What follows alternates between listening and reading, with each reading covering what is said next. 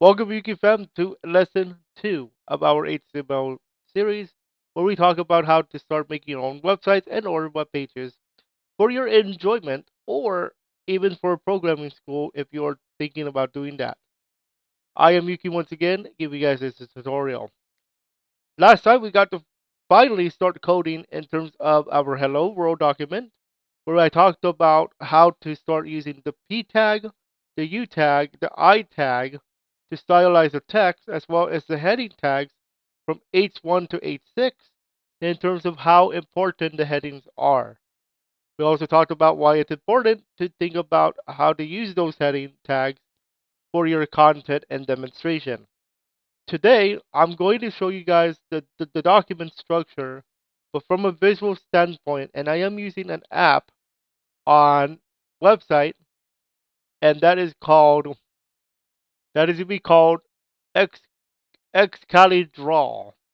So this is where you can do like structured drawing, drawing of like concepts, like it's like a whiteboard, but for the computer. So let's go ahead and get started with today's lesson. HTML structure. There are a few things we need to talk about when it comes to the structure of an HTML document. Now, when we talked about the coding, let's go to this one. You notice that this is the structure of an HTML document, except that unless you understand what they do, you're not going to understand how the structure works. So this is the coding version of the structure. Now I want to show you how it works visually, because there's a few tags I want to talk about that I have not demonstrated yet during the series so far. And most of these come in the form of the structure. So let's get started with the first thing called doc type. Doc type is to declare the document's type. In this case, doc type HTML, because we are making an HTML type document, so therefore our doc type is doc type HTML. Now, is this a requirement to use for like your coding class? Most likely not, but I would use it in the event that they are very strict. But for the most part, doc type HTML, just put it just to make sure that everybody knows, hey, this is an HTML document. But here is where it gets even more fun. Now we're gonna get started with the actual structure here. I'm gonna change that to a arrow. That is this puppy right here. We go from the dog type. I'm gonna color this green. We go from the dog type to the actual HTML tag itself.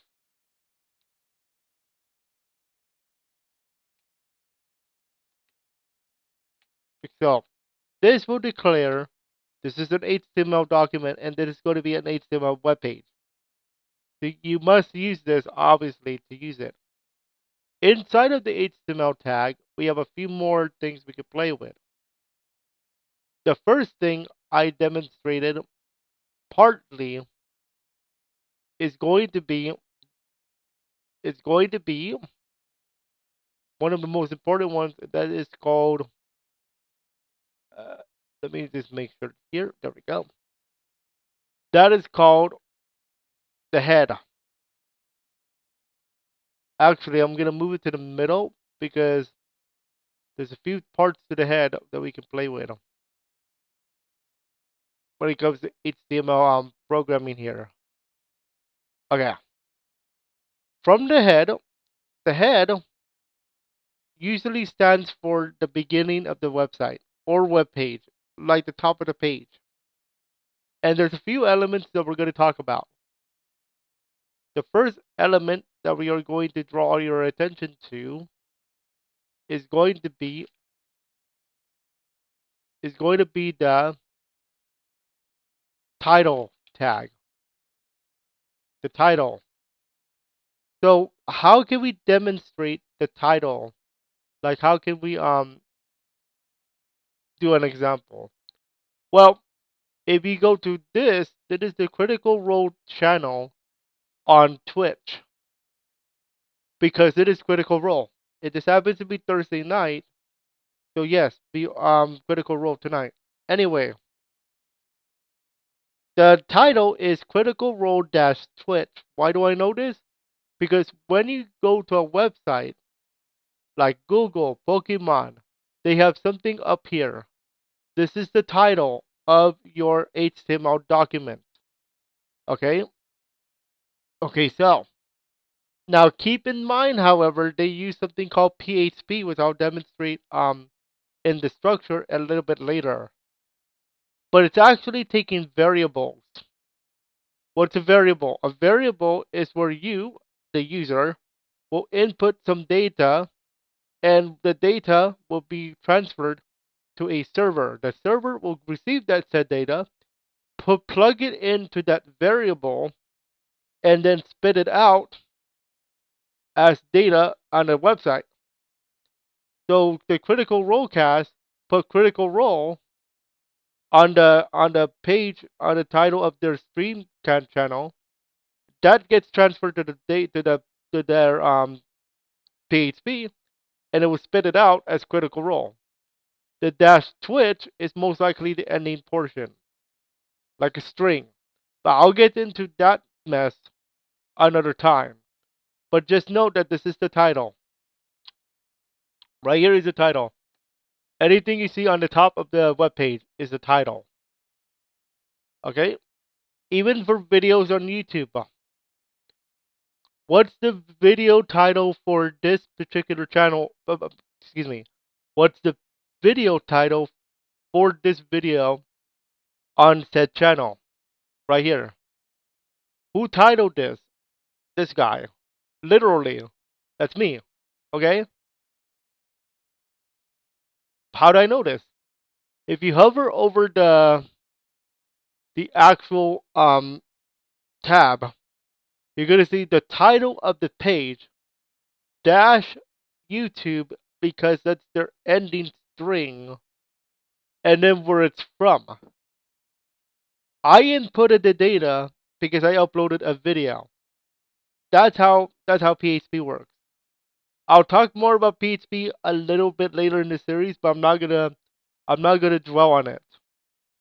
Just note that this is the title. Okay, next tag. The next tag we are talking about is kind of more of a SEO tag, search engine optimization. And the way to demonstrate this tag is called meta, like as in Meta Quest, like the headset I want to get for my birthday. Anyway, meta. But what does this tag actually do? This is SEO, or oops, SEO, also known as search engine optimization. What is that, you ask? If you use Google, Yahoo, or some other thing like that, you notice that they have a database of searches. If I go to Google right now and I type in Riolu, as in the Pokemon Riolu, there's a lot of Riolu around here, right?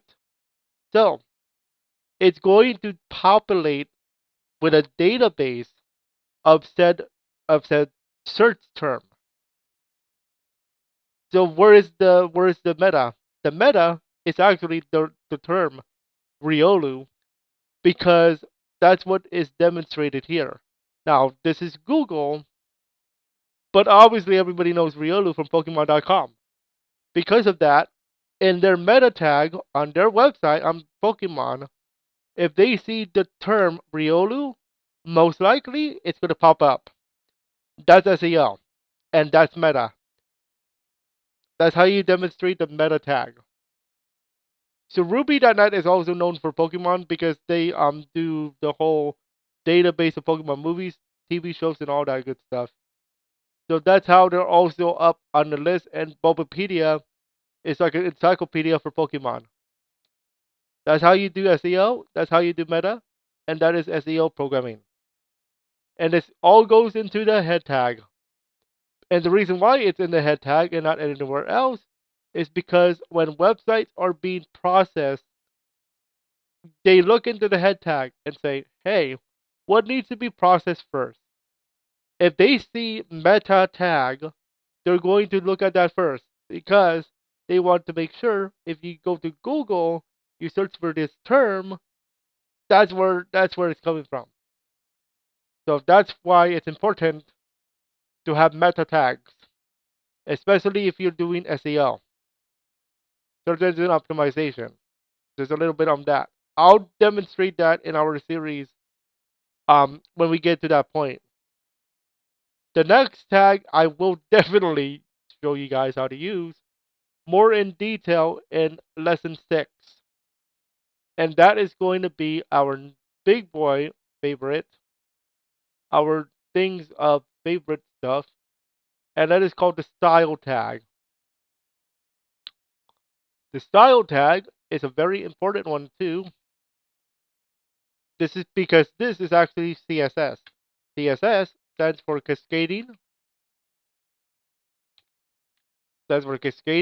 style sheets. And there's actually two ways to use this.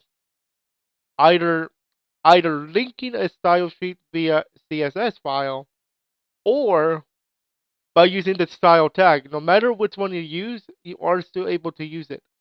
But please remember you have to be consistent. You have to be very consistent with this stuff because if you are going for when you're styling your web pages, if you want to do style tag, stay with the style tag in the head. If you want to stick with a different file .css, you want to make sure you link it properly. Okay, we'll show you guys how. I'll show you guys how to do that when we get to that lesson 6.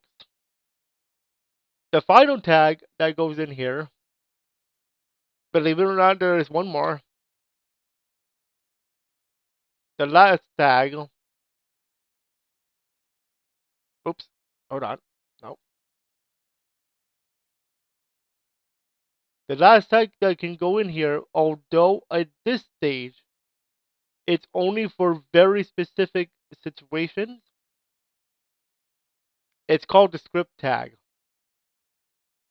But I'll explain why this is not used here most of the time. This is also JavaScript.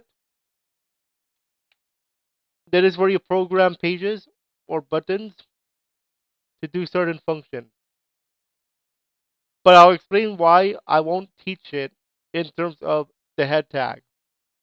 For the most part, JavaScript is to be run inside of the body tag, which is actually coming up next. We'll talk about it next.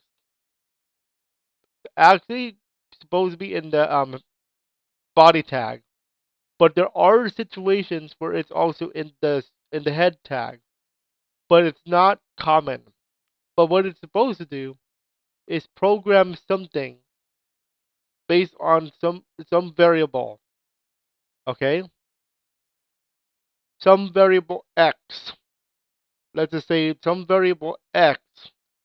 Do X because I have Y, okay? I mean, excuse me. Do X, get Y, or something like that. Now, that's the head tag. All this is inside of head because after the head tag, we will now go into the real meat and potato of an HTML document. And that tag is the body tag. Literally. Because this is where all the stuff for a website happens. So I'm going to type in body tag. where all the content goes, basically. This is where all the content goes, from the P tag to the H tag we talked about in lesson 1 to tables, which we'll talk about in lesson 3. Everything talking about a website, web page, content, body tag. But there's more inside of the body tag, because inside of the body tag, you can actually add 2 more. And one of them is this guy. I'm gonna put this small so I can have space. So there's one here, and then there's gonna be another one.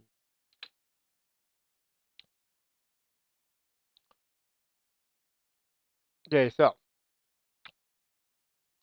the first thing that can accompany the body tag is called script, which is JS. But this is where it's more conditional, it's more preferred, because that's where the programming of the page happens. Script JS, which is JavaScript. But you can also have one more, but this is only if you are going full on web programming thingy. And that thing is actually another programming language called PHP. Now, PHP deals with data.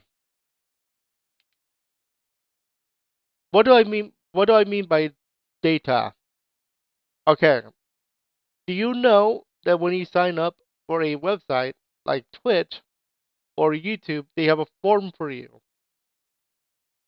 to sign up in? Each form is a data field, like a text box or a drop down or a paragraph thing where you type in as many things as you want in there, unless they have a limit, which they do. That is called data. Each piece of data needs to be housed somewhere in a server. PHP is responsible for handling data as well as databases when it comes to a website. But how can I demonstrate this? Remember the example I showed you earlier when talking about SEO. Meta, which is meta tag, by the way, for search engine optimization. Well, PHP is also partly responsible for how a website is optimized. Why? PHP is data. Meta meta is the metadata or the search engine optimization. But some parts of that deals with PHP. How can I tell? I want to show you guys how to upload a video on YouTube. Everybody knows, pick a video, blah blah blah blah. Okay. But what I'm talking about here is this.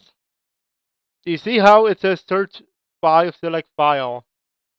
I'm gonna spoil you guys because I'm uploading this video on the Mario channel a little bit later after this lesson. But the idea is, where is it? There we go. Believe it is this one right here. Okay, so let me show you something. All this you see here, from the details to the description to the thumbnail to upload to the playlist, all this is a form. Why? Because a form deals with data. The responsibility of the PHP is to use said data to populate a SQL styled database within the PHP to give said data to YouTube. What will YouTube do for the data? The YouTube will then, I'm not going to upload this now. I just want to show you guys what happened. I'll upload this on the Mario channel later. But my point is, you see this video, okay? Everybody knows this video on my channel. Title, description, and remember about tags? That's also part of metadata. Because if you go to um, Google and you type in particularly if you type in my username or Emerald Peace Prologue Remastered on Google, 95% of the time it's going to be linking videos from my channel or somewhere where Emerald Peace, the actual search term, is going to be profound. So let's actually test this out.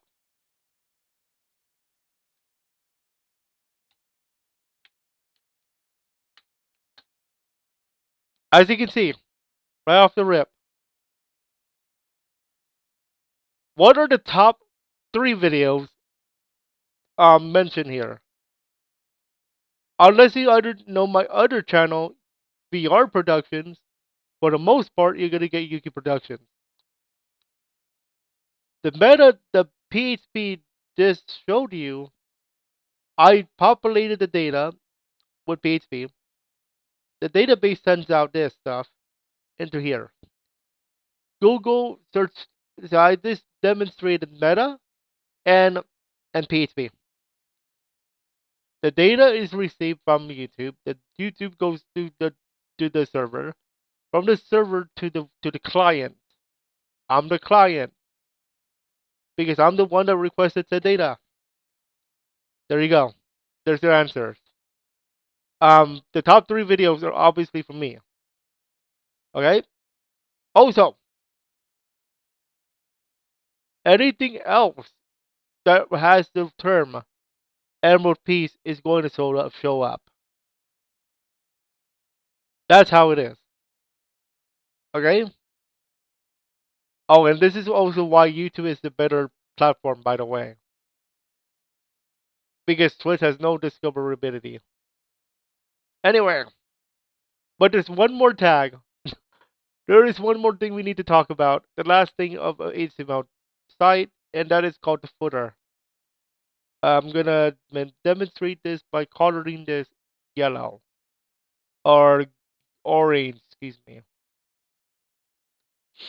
So this is the footer. The footer is responsible for the bottom part of a website. But there's one more thing we need to demonstrate.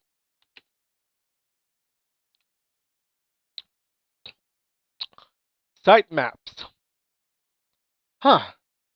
Why a sitemap? I'll explain why in a moment. But what is a footer? A footer is on the bottom of the website. So on the top of the website, you have a navigation bar with links, pages, and all that. The footer also has links and all that, but it also has different information. And let's just say that you want to have them contact you at a certain email. You put that also on the footer or in a form on the actual main page. But what is the footer used for? Normally, contact info, other links to other pages, your map. Let's say that your business is in Cleveland, and there's a certain address that they need to go to. That's your footer. I would highly recommend though, if you're going to do something like that, don't put it in a footer. Put it as part of a section on the body to make it more easier to look at. But I've seen this where the map, the actual map of Cleveland, is inside of the footer of the website. But I would recommend put it in the body because it's easier for customers to look at, especially if your business is on location, like baking company. Okay, like that. Good. So that's the footer. Now, what about sitemaps? Okay, let's go ahead to the right side of the screen here. I'm going to demonstrate a sitemap. Color this orange.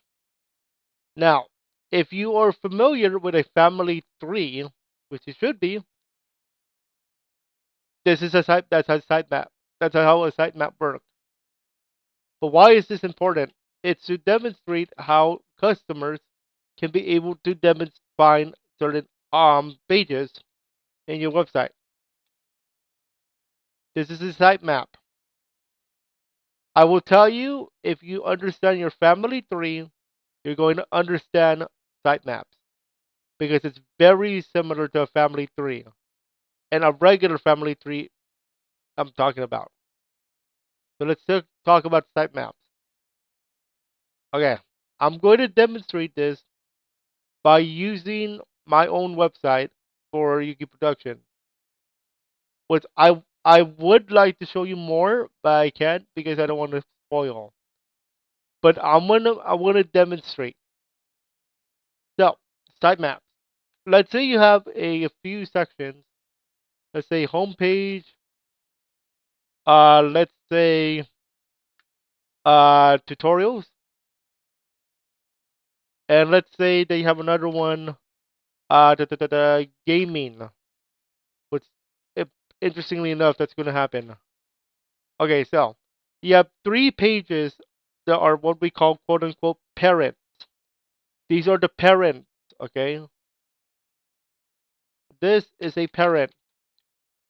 How do I know this? You'll find out in a moment. Okay, so this is a parent. The home page can be by itself. So we could call this the home page home.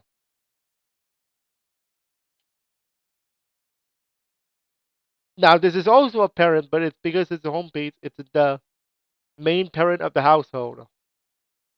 The tutorials page is a parent as well. The gaming page is also, guess what? A parent. Okay, now let's say for some reason, now obviously I'm going to do this in 2025 with the challenges for gaming, but I want to demonstrate sitemaps a little bit more like this. So tutorials. Let's say I'm going to be doing a tutorial on VR chat world dev, and particularly using Unity, but we'll get to that point later. This will become the child. Actually, yeah, it's child.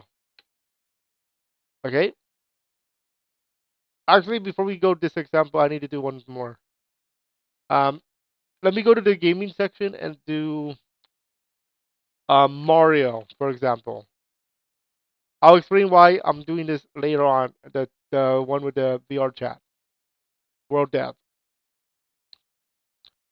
So if the Mario will be a child of the gaming page because because Mario is a type of game, so it becomes the child of the gaming page here.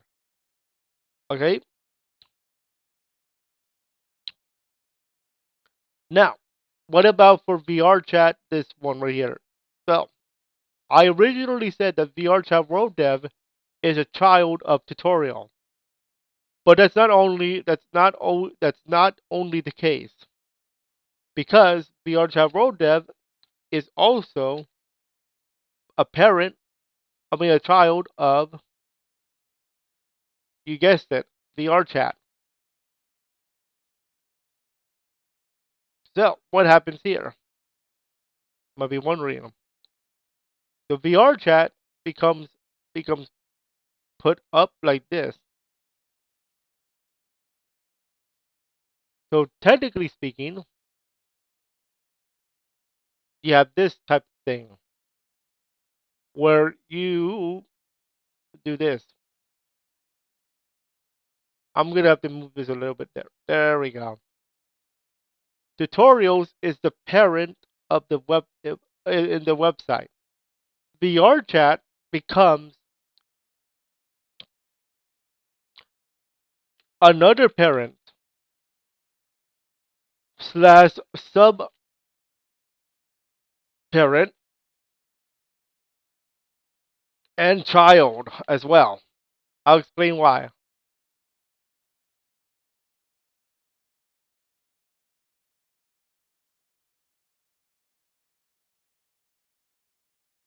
Okay. Then underneath VR chat, we have VR chat road dev, which becomes the child of VR chat, which is the child of tutorials. This is the sitemap. Why is this useful? To demonstrate how customers can get into um, the website more easier. Is this a requirement for your class? Most likely, no. However, I want to demonstrate something.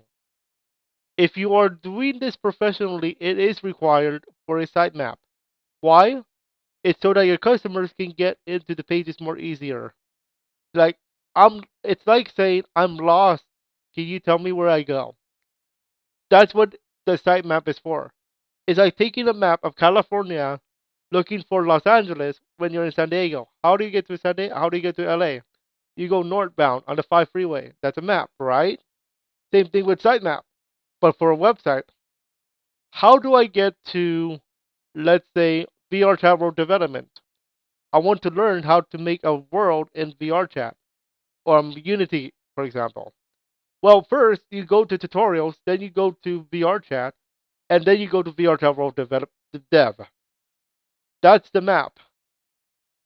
So that's a sitemap. So think of a sitemap for a website like a map from LA to San Diego. Except instead of directions where you take a left or right or take the freeway, you're taking directions on which pages do you have to go through in order to get to VR Road development. That's a sitemap. Okay? And remember, let me demonstrate something here. Let me say something here. There is no limit on how many parents there are on the main page. There's also no limit on the child or on the children. Okay?